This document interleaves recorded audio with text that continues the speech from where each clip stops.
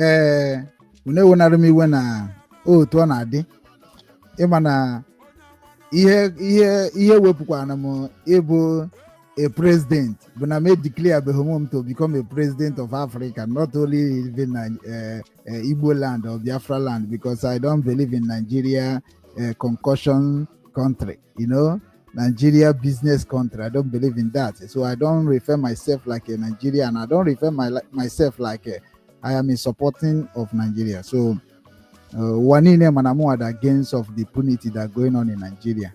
They know. Every country, every government, they know.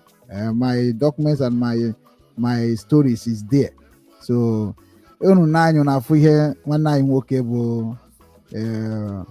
President Ibrahim Traoré.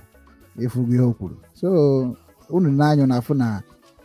people are calling me many times, not bomb. They not bomb bunde nenye makonuche.